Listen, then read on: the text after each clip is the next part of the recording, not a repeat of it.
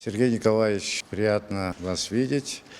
Вас помнят люди еще со времен, как минимум, Отечественной войны народа Абхазии. Вы приезжаете сюда регулярно. Сейчас ваш приезд был связан с инаугурацией президента, вас пригласили. Хотелось бы, конечно, в первую очередь, пока свежие эмоции, наверное, какие-то. Как прошло мероприятие? Вы знаете, как-то так складывалось, что я чаще приезжал в Абхазию в период войны или политических кризисов. И поэтому сейчас приехать на инаугурацию – это было отдохновение. Это, по словам одного моего абхазского друга, действительно был праздник. Праздник надежды, надежды на перемены, надежды на то, что в Абхазии все будет лучше, будет мир, благополучие, экономическое и социальное развитие. И я очень надеюсь, что эти надежды имеют шанс осуществиться.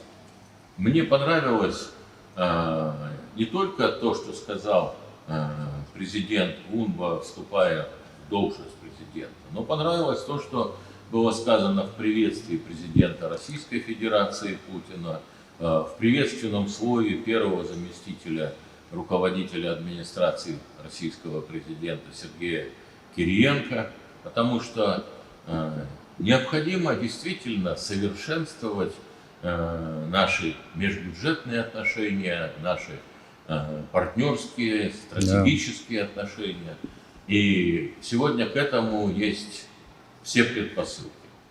Поэтому, если хотите, этот мой приезд был и участие в празднике, и в то же время рабочие консультации со своими давними друзьями, соратниками, государственными деятелями Абхазии. Население Абхазии тоже как-то воодушевлено, и особенно с тем, что Сергей Владимирович вступил в эту работу, и как-то все стало более ярко и более тепло стало, как-то теплотой больше отдавать. И даже за этот короткий период видно, что больше внимания стало к Абхазии.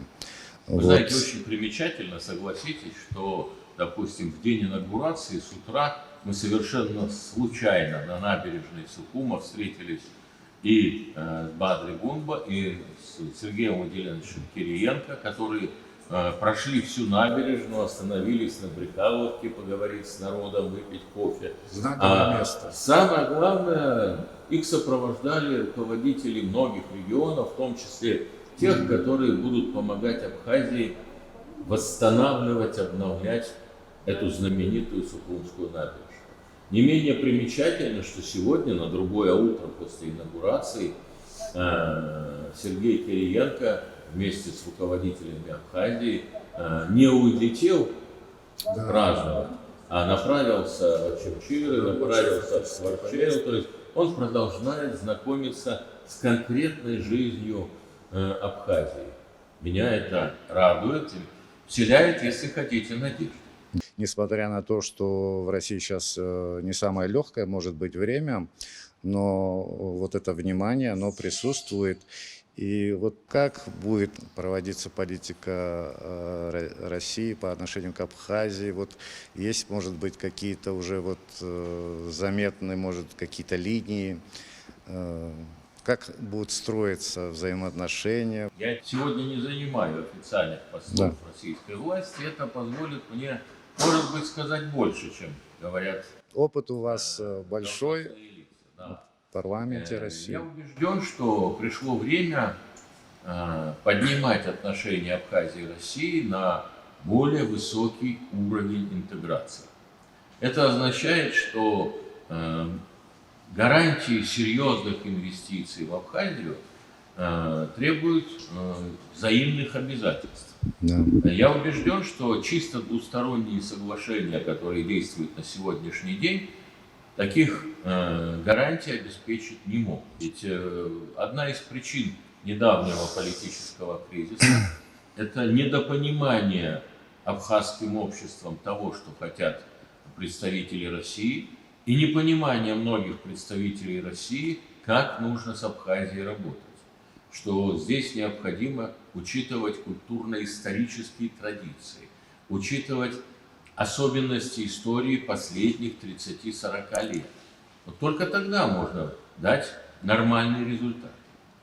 Что я имею в виду под более высоким уровнем интеграции? Конечно же, в идеале я за собирание исторической России в единое союзное государство, куда бы вошли не только Российская Федерация, Абхазия, Белоруссия, но и многие другие сегодня суверенные государства. Добровольно, без каких-либо принудительных мер, но необходимо исправлять последствия преступлений разрушения Советского Союза. И вот здесь Абхазия может быть одним из первопроходцев. Третьим. А почему нет? Более того, я не исключаю, что в этой интеграции будет участвовать и Грузия. Я за то, чтобы Абхазия только не давала Грузии вырываться в лидеры. Абхазия начала все раньше и много пострадала от этого. Этап, который необходимо пройти и доказать всем, что абхазская государственность – это реальность.